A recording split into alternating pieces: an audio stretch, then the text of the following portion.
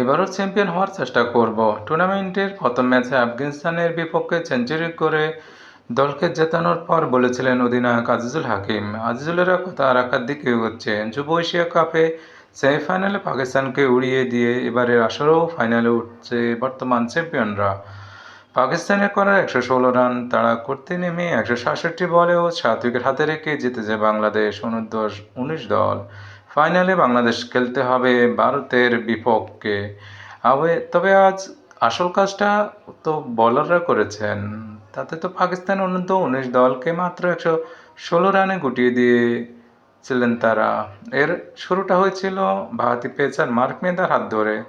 তিনি পাকিস্তানের দুই ওপেনার ওসমান খান ও শাহজাদ খানকে ফিরিয়েছেন ০ রানে। শাহজাদ এবারে টুর্নামেন্টে ভারতের বিপক্ষে ১৫৯ রানের ইনিংস খেলেছিল। এরপরের দিনে সাদ বেগ ও ৩ নম্বরে খেলা মোহাম্মদ রেজওয়ানকে আউট করেছেন পেসার ইকবাল হোসেন। ৭ ওভারে ২৪ রান দিয়ে তিনি নেন ৪ উইকেট। ৬ ওভারে ২৩ রান দিয়ে ২ উইকেট নেন মারুফ।